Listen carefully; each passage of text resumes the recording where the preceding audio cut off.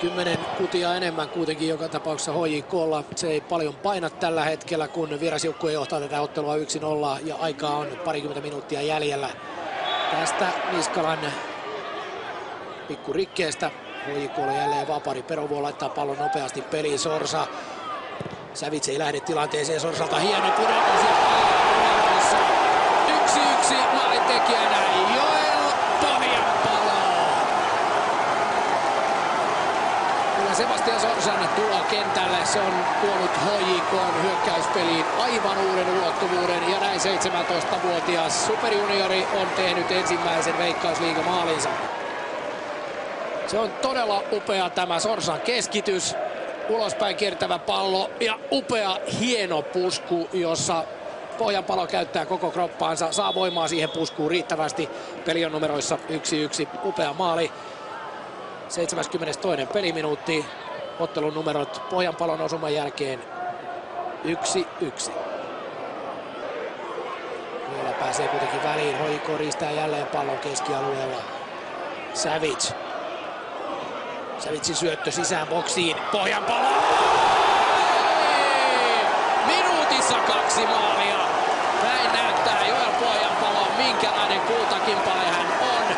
Minuutissa 2 häkkiä. HJK 0-1 tappioasemasta 2-1 johtoon 17-vuotiaan Joel Pohjanpalon 2 maalilla.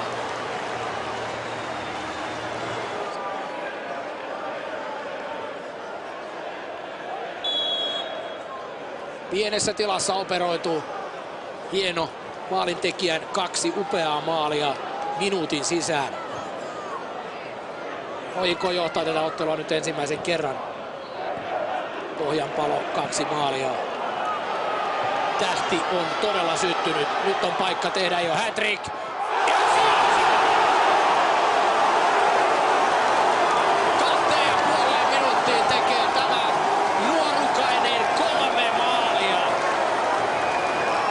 Mikä tarina.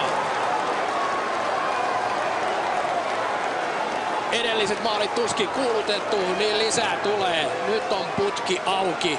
Tie auki taivasta myöden. 7-2. Pohjanpalo 1-1. 7-3. Pohjanpalo 2-1. 7-4. Pohjanpalo 3-1. Ja tässä palaavat pohjaan IFK Mariehamnin toiveet pisteistä.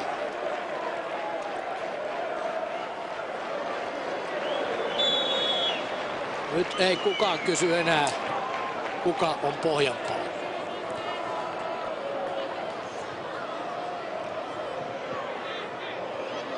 Kolme peräkkäistä kosketusta palloon ja 3 maalia.